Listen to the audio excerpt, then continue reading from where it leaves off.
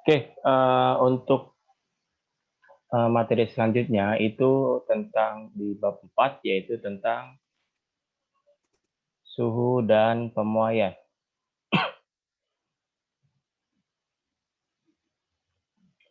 Nah, kalau kita bicara tentang suhu dan pemuaian, terutama suhu ya, sebenarnya bab suhu ini sudah pernah dibahas di SD kelas 6. Cuman mungkin di matematika sih, gitu. Jadi tentunya kita tahu dulu apa sih pengertian suhu. Ada yang tahu pengertian suhu itu apa?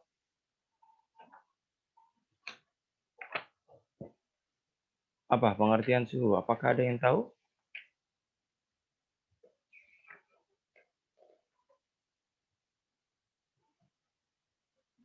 Oke, suhu adalah derajat panas. Suatu benda. Iya, betul. Suatu benda. Jadi, suatu benda mempunyai derajat panas tertentu yang disebut sebagai suhu. Makanya ada nih bilang 20 derajat Celcius, ada 50 derajat Celcius, dan sebagainya. Nah, selain itu, suhu itu merupakan besaran pokok kan kemarin? Suhu merupakan besaran pokok. Dengan satuan internasionalnya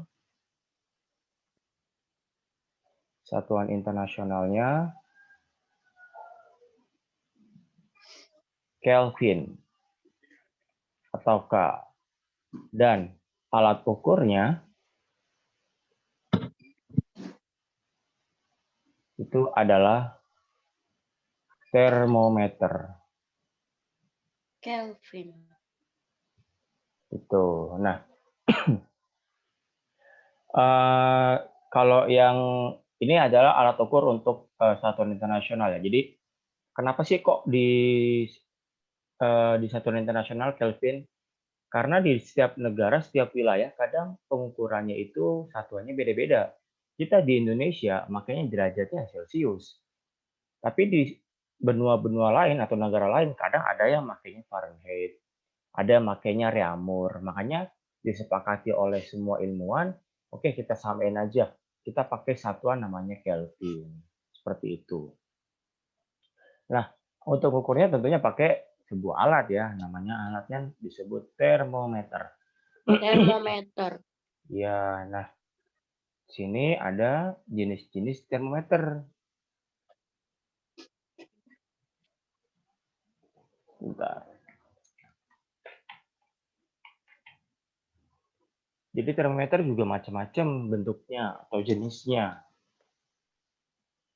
Jenis-jenis termometer. Termometer zat cair. Iya, yang pertama ada termometer zat cair, kemudian ada termometer zat padat di sana ya. Bimetal. Termometer zat cair. Zat cair. Nah, termometer zat cair adalah termometer yang menggunakan zat cair untuk mengukur suhu. Nah, umumnya dia menggunakan dua jenis zat cair ya, biasanya pakai alkohol dan raksa.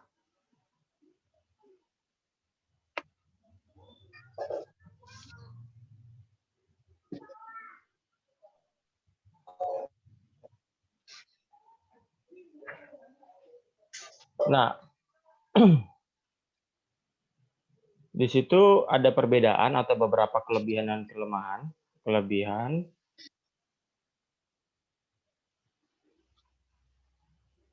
Ada beberapa kelebihan dan kekurangan.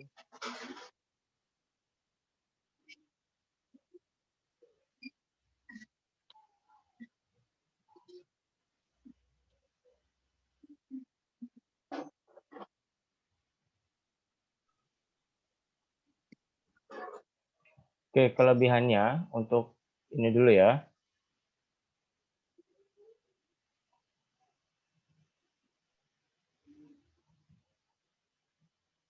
Kelebihan termometer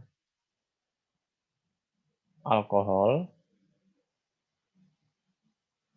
Yang pertama, itu harganya murah.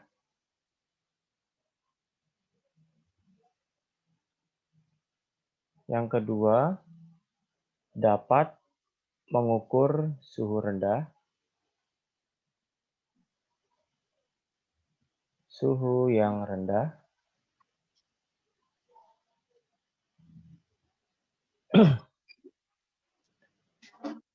Kemudian yang ketiga,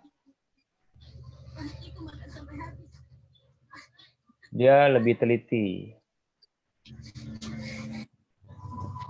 Ayo, di-mute dulu, di-mute dulu. Sedangkan kekurangannya,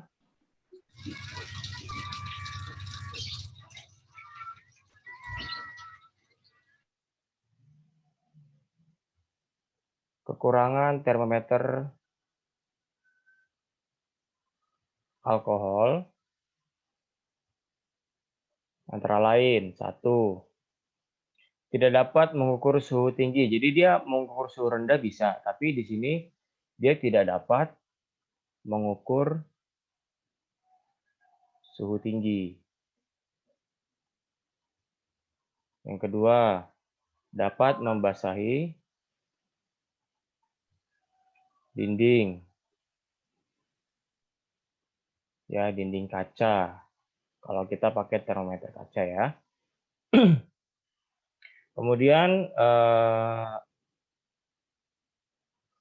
tidak berwarna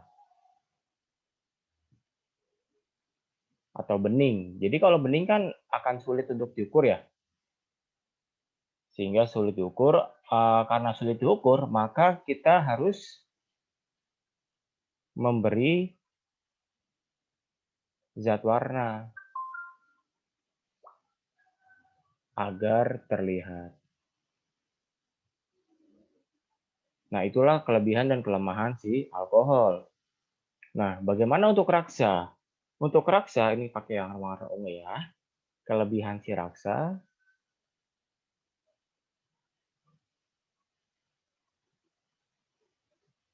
termometer raksa antara lain. Satu, jangkauan suhunya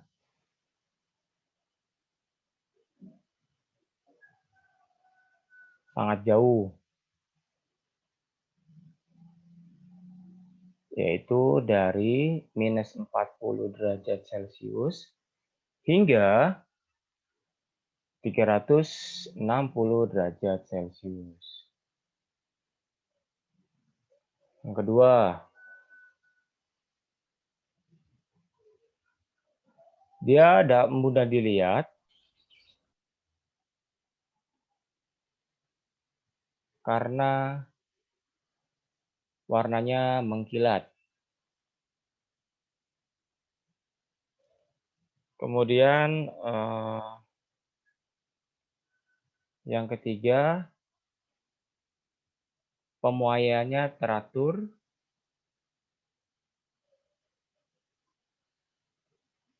Jadi lebih stabil kenaikannya.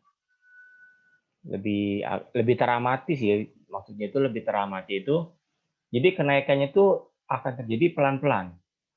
Setiap jangkauan setiap 1 derajat misalkan naik berapa milimeter, setiap berapa derajat naik setiap 5 derajat naik lagi dan seterusnya. Jadi tidak ada dia keadaannya diam di situ langsung nanti naiknya naik gratis, nggak ada. Jadi naiknya selalu pelan-pelan. Jadi dapat kita amati dengan perlahan.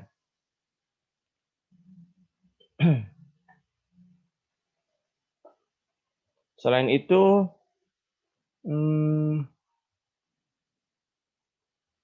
perubahan suhu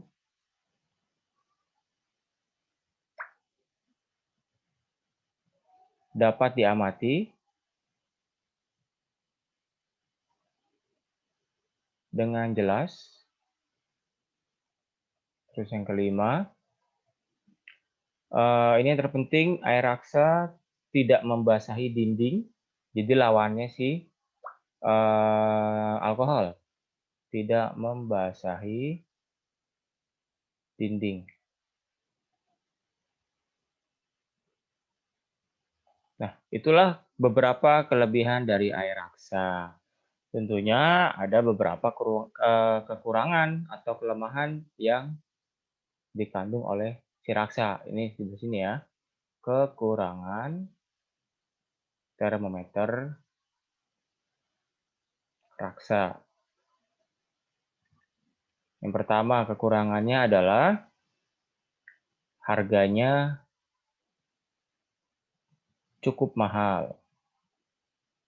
Ya, balik lagi ke kualitas ya, karena di sini kualitasnya lebih baik, ya karena dia mudah dilihat, kemudian stabil pemuaiannya, tidak membasahi dinding, jadi nggak ada tuh yang namanya nempel-nempel di dinding, bintik-bintik cairan-cairan gitu.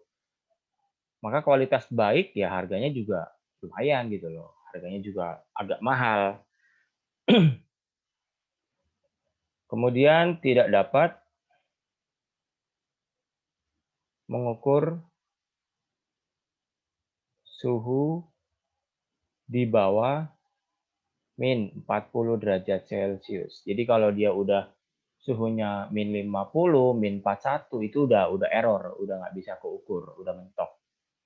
Yang ketiga, dia merupakan zat berbahaya. Apabila pecah ya zat raksa tentunya dapat berbahaya dan dapat menjadi racun. Itulah kelebihan dan kekurangan dari termometer alkohol serta termometer zat cair untuk raksa. Silakan kalau mau dicatat boleh, mau di screenshot dulu juga boleh.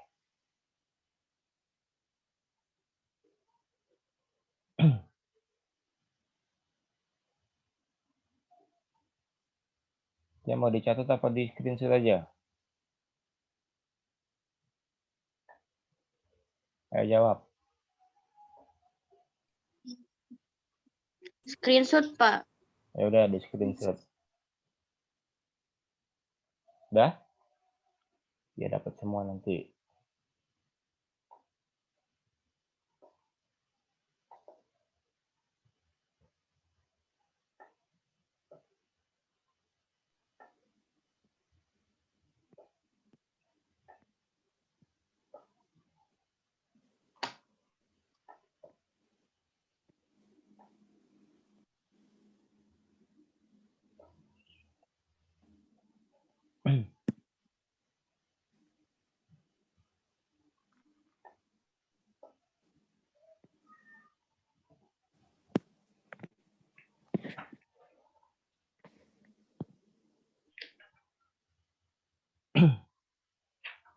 Oke, contoh termometer zat cair yang digunakan ya.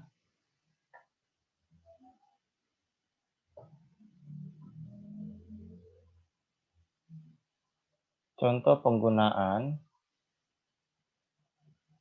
termometer zat cair adalah pada termometer laboratorium dan termometer suhu badan ya, Pak?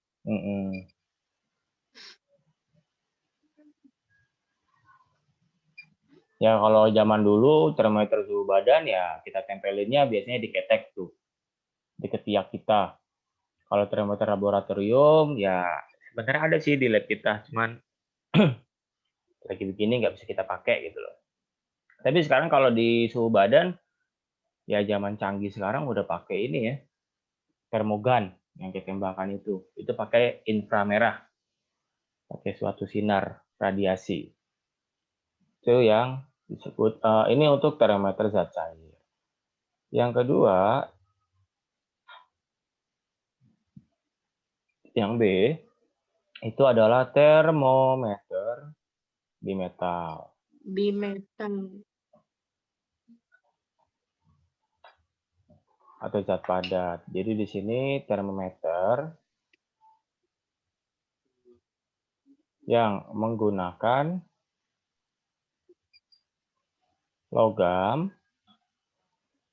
untuk mengukur suhu.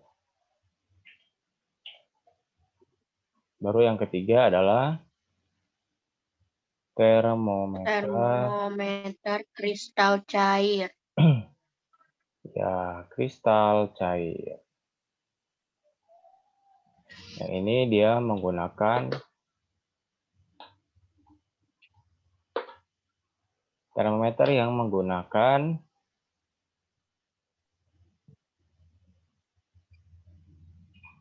kristal cair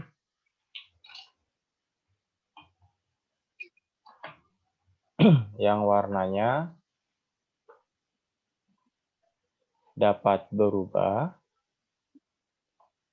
Jika suhu berubah. Betul. Seperti itu. Nah, untuk skalanya, skala suhu itu ada 4 ya. Skala suhu ada Celcius, Reaumur, Fahrenheit, dan Kelvin. Nah, untuk pengukurannya, itu dia menggunakan, ada 2 titik yang digunakan, yaitu titik beku, air, Dan titik didih. dan titik didih air. Nah, ini untuk pengukuran skala ya. Jadi untuk Ya, Pak. pengukuran skalanya adalah si Celcius, Reaumur, Fahrenheit, dan Kelvin punya titik beku dan titik didih untuk air yang tentunya berbeda-beda. Kalau Celcius, dia mulai dari 0 sampai 100. Jadi yang bawah ini nanti disebut titik beku, yang atas namanya titik didih. Nah, Reaumur paling atas itu 80 derajat. Nah, paling bawahnya dia 80 derajat. Tapi kalau si Fahrenheit itu bawahnya itu 32 derajat, atasnya zero sableng 212 derajat. Tapi kalau si Kelvin mulainya dari 273 derajat hingga 373 derajat. Nah, 373. ya, ini semua yang bawah namanya titik beku, sedangkan yang atas namanya titik. Titik didih. Untuk membuat persamaan semuanya tanpa harus ngafalin rumus satu-satu, ini saya kasih tahu triknya. Kita pakai Celcius dulu. Jadi semua selalu T itu suhu ya. Suhu dikurang sama titik beku, TB. Ini saya singkat sebagai TB. Ini TD. Nanti kamu bagi sama TD min TB. Ini untuk pengukuran skalanya. Nah, si Celcius itu gini, kayak kita main ini kok 80 ya, salah ini 0 harus. Si Reaumur tuh 0. Ya kita kayak mau main balap lari deh. Titik beku disebut titik startnya, dari startnya. Si Celcius mulai dari 0. Reaumur mulai dari 0. Fahrenheit mulainya dari 32. Kelvin mulainya dari 273. Kalau kita mau adil, maka startnya harus dari angka 0 kan? Berarti ada yang nggak adil tuh, ada yang curang. Siapa? Yang tidak dari 0. Ada 2. Si Fahrenheit sama si Fahrenheit dan Kelvin. Kelvin. Makanya kalau mau Kelvin. mau dinolkan, caranya adalah Celcius udah 0, berarti nggak perlu diapa-apain. Per. Ya, pakai cara yang saya kotakin juga sama sih sebenarnya. Jadi titik bekunya si Celcius kan 0, makanya Celcius sebenarnya kan gini. C min 0 per. Saya pakai warna beda. C min 0 per titik didinya 100 min 0 sama dengan Reamur R min 0 per 80 min 0 sama dengan, nah ini Fahrenheit, F dikurang dulu sama 32 per 212 kurang 32 sama dengan Kelvin dikurang 273 karena dia harus dinolkan per 373 alah,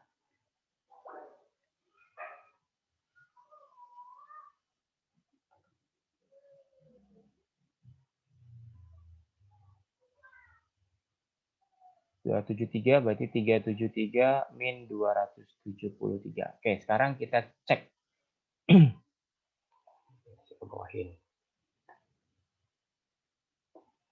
Oke, Celsius C kurang 0 kan dia hasilnya tetap C. Per 100 kurang 0 berapa?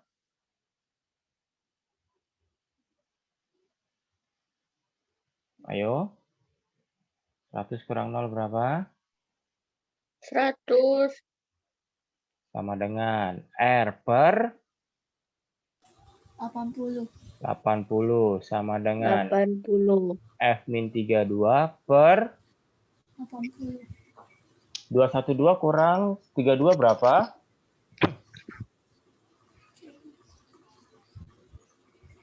180. 180 sama dengan K min 273 per 100. 100. Nah, semua yang di bawah ini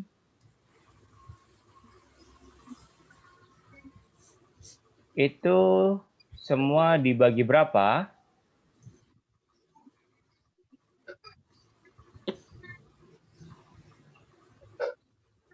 Dibagi 4. Naikin lagi. Bisa dibagi berapa? Kita bagi sama. Dibagi 20. Ya, bagi 20. Bagi 10 boleh. Cuma nanti kita bagi lagi. Maka kita bagi 20, hasilnya adalah yang ini jadi berapa? Ini kita coret jadi berapa? Bagi 20? 5. 5. 5. 5. 4. Nih, Fahrenheit 9. 9. Kelvin 5. Jadi kita 5. dapat perbandingan atau rumusnya adalah C per 5 sama dengan R per 4. R per 4 sama dengan F per 9. F min 32 dulu. Min 32. Per 9 sama dengan K min 23 per 5. Inilah rumusnya kalau kita pakai skala Celsius, Reaumur, Fahrenheit, dan Kelvin. Kalau kita pakai zat cair yang lain, ya tinggal ikutin caranya. Gitu aja. Kok ada 4? Kalau cuma 2 doang dipakai gimana? Lah pakailah yang diketahui dan ditanyain aja. Nggak usah sampai semuanya kamu tulis. Paham?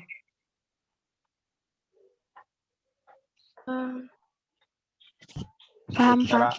Oke, silakan di screenshot sebelum saya kasih contoh soal.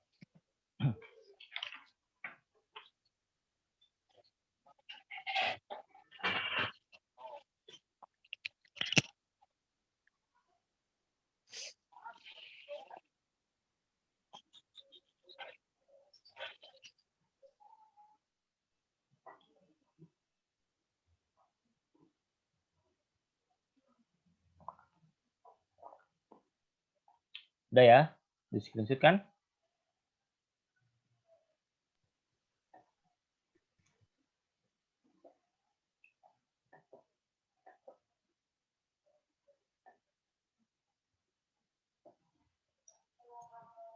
Oke, itu saya sengaja masih ada di situ. Sekarang kita coba ubah ya. Contoh soal.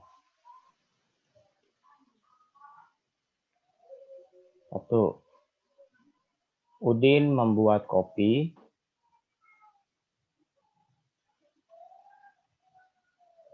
dengan air bersuhu 80 derajat Celcius. Tentukan suhu kopi Udin dalam skala A. Reaumur, B. Fahrenheit, dan C. Kelvin. Oke, kita jawab dulu yang A. Yang A, kita mau nyari Reaumur. Diketahui suhu 5. apa? Yang diketahui suhunya dalam skala apa? Celcius. Berarti kita pakai C dan R. Celcius. Oke, kita pakai yang C sama R aja. Oke, untuk jawab yang A. Tadi C per berapa? 54 C per berapa? 80. Ya, entar dulu. C per 5 R. sama dengan R per 4. Nah, tadi Celciusnya berapa? 80. Nah, 80 derajat. berarti 80. 80 per 5 sama dengan R per 4. Ini bisa kita coret atau enggak? Ya. Berapa 80 bagi 5? 20. 20. 16. Ya, yang atas 16, yang bawah 1. Selanjutnya, kamu kali silang. Ini namanya kalau ada sama dengan kali silang. Yang atas kaliin ke bawah. Sama. R juga kali ke sana. R kali 1 jadi apa? R. R sama R. dengan 16 kali 4. Berapa? 16 kali 4? 64. 64 derajat R. Sekarang yang B, kita minta F dan C. Karena kita nyari Fahrenheit dan diketahui Celcius. Maka kita pakai F dan C. Oke, F-nya itu kan F-32 per 9 sama dengan C per 5. Paham? Paham. Oke, tadi C-nya berapa? 80. Ya, masukkan lagi 80 per 5. Coret, tadi 16 sama 1. Kali silangnya, kayak tadi lagi, F-32 dikali sama 1, dan 9 kita kali sama 16. Kalau F-32 kali 1 hasilnya berarti? Negatif 32. F min 32 sama dengan 16 kali 9. Kali 9. F min 32 sama dengan berapa 16 kali 9? 144. Oke, 144. 144.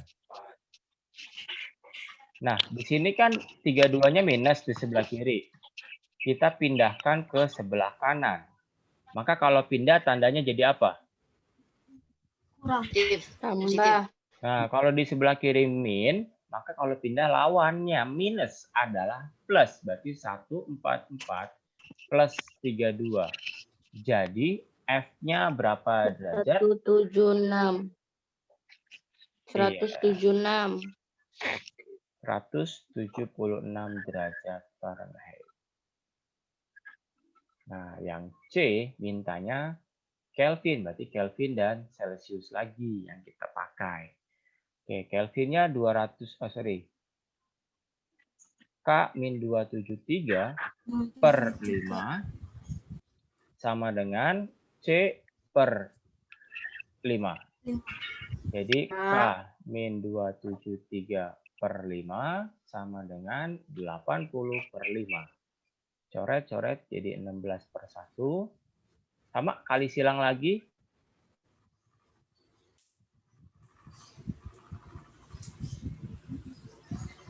K-273. Ya, betul. 82. Sama dengan 16 kali 5. Jadi K-273 sama dengan 80. 80. Nah, 80. nah ini 527. iya ditambah 273. Berarti Kelvinnya adalah 353. 353. 353, Pak. Ya. Oke. Sampai sini apakah ada yang masih bingung? Soalnya tidak, Pak. Oke, kalau gitu lanjut ya.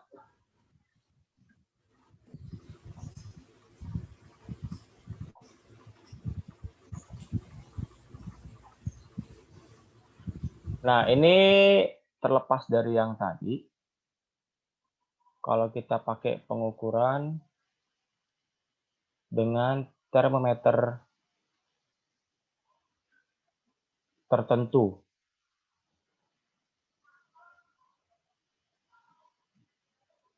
Masuk ke contoh aja.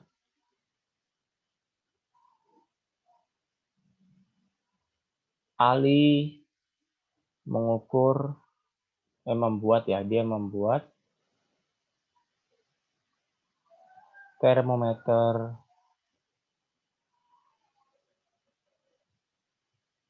dari zat cair X memberikan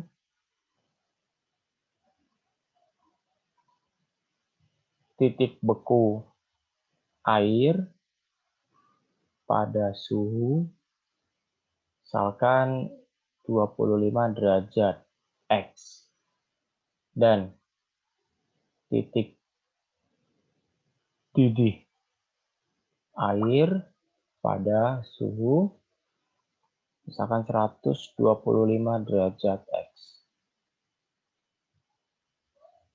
Jika Ali mengukur suhu benda 80 derajat Celcius dengan termometer X, maka skala yang ditunjuk pada termometer X adalah, kalau kita sudah keluar konteks dari CRFK, artinya udah nggak main Celsius, Fahrenheit, Kelvin, sama Reaumur, ini ada satu termometer kita buat sendiri, pakai zat cair apa aja, misalkan tertentu, yang penting masih zat cair.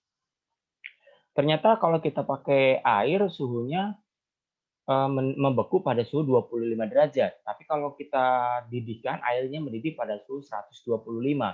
Maka sebenarnya konsepnya sama seperti tadi, hanya perbandingannya bukan 5, 4, 9, 5. Tidak selalu seperti itu. Bagaimana caranya? Kita pakai yang tadi garis-garisan tadi. Ini X, ini C. Ya.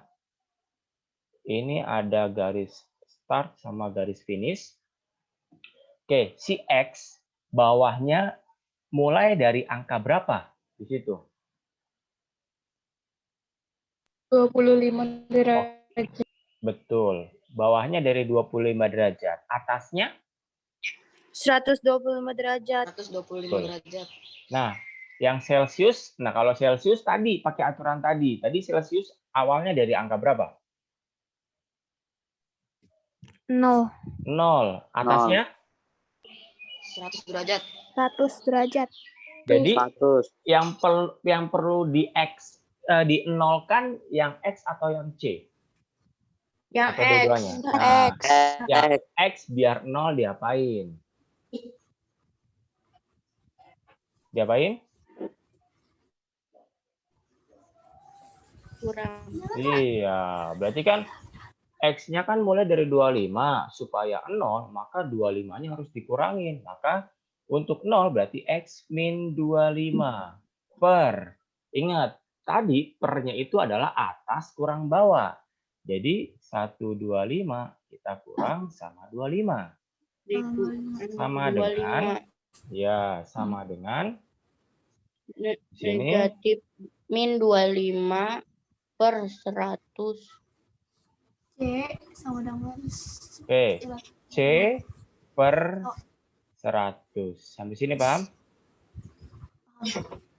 Oke. Ini saya coba angkanya saya ubah. Ini misalkan 135 deh.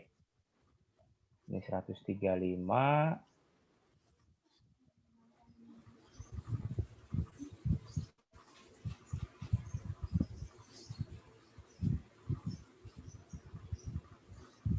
Biar agak variasi.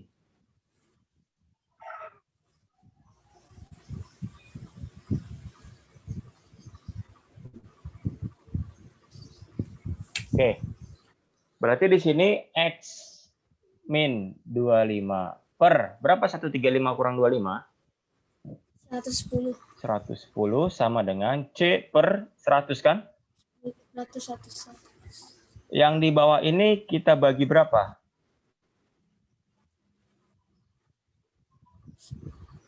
10. Bagi 10, betul. Jadinya nolnya coret 1 kalau bagi 10. Maka perbandingannya adalah X min 25 per 11 sama dengan C per 10. Sampai sini paham? Paham, Pak. Nah, tadi yang diketahui kan C kan? Masukkan C-nya. Jadi X min 25 per 11 sama dengan C-nya 80 per 10. Bisa dibagi? Jadinya 8. Lawannya 1. Hilangin lagi. Kali silang tuh merah sama merah, ungu sama ungu. X min 25. Iya, jadinya X min 25 sama dengan 11. Dengan 8 11 kali kali 8, 88. 88. Betul. Jadi X-nya adalah 88. 88 tambah 25. Apa?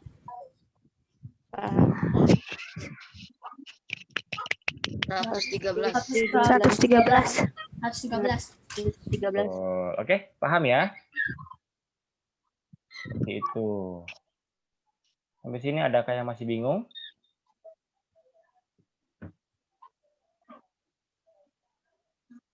Sudah bisa dipahami, anak-anak?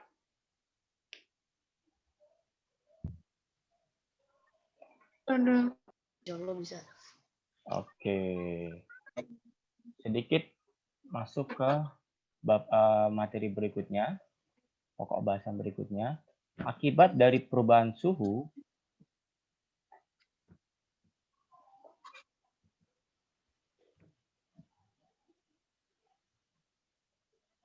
ya, perubahan akibat suhu.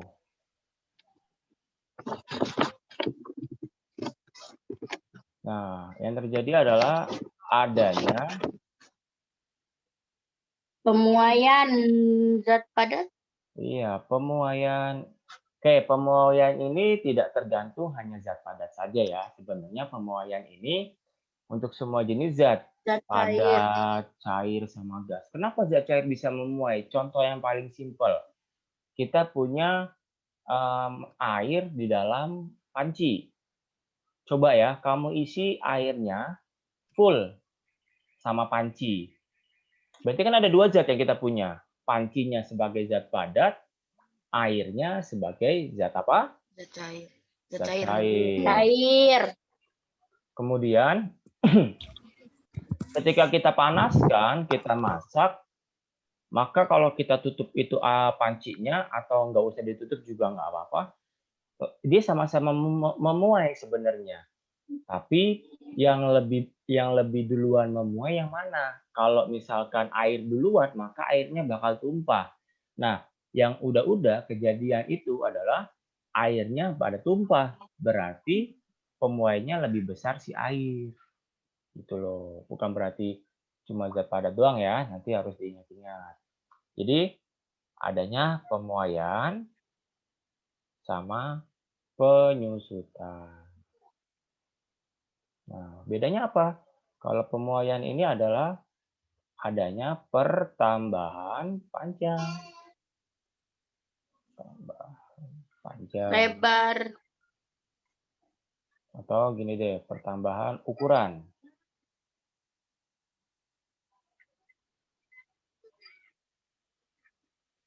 Ukuran suatu zat.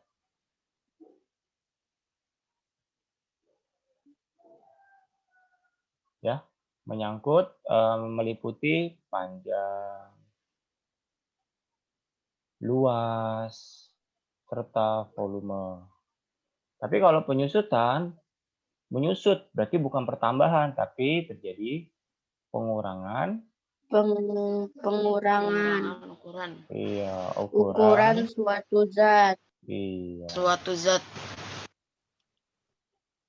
itu meliputi panjang, luas, dan volume.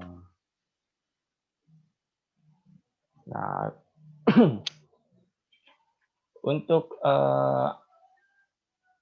contoh peristiwa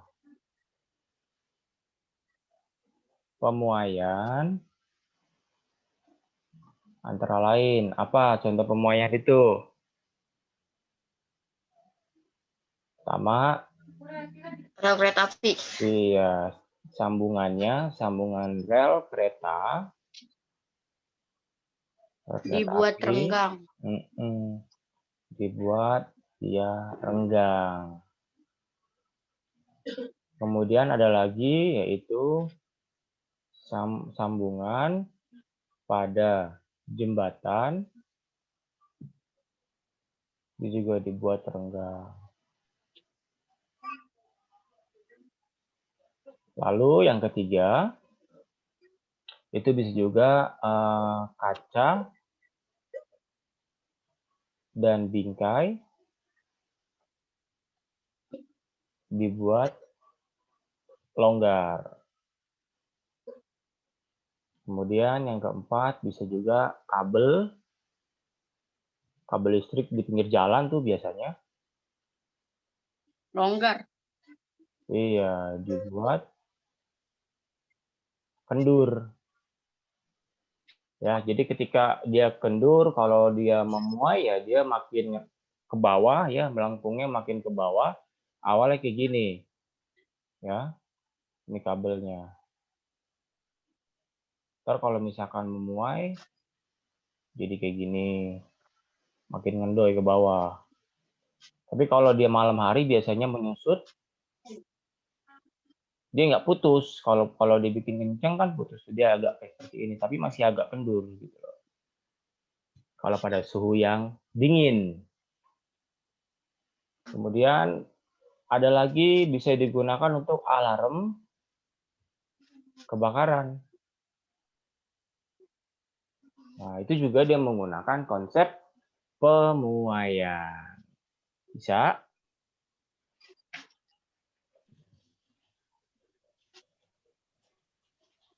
Saya?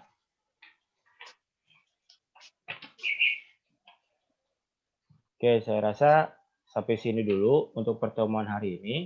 Karena nggak mungkin kita habisin satu pertemuan. Takut mabok kalian ya. Oke, ada pertanyaan nggak sampai sini? Tidak, Pak. Oke, kalau nggak ada, Ada, Pak. saya rasa cukup untuk pertemuan kali ini.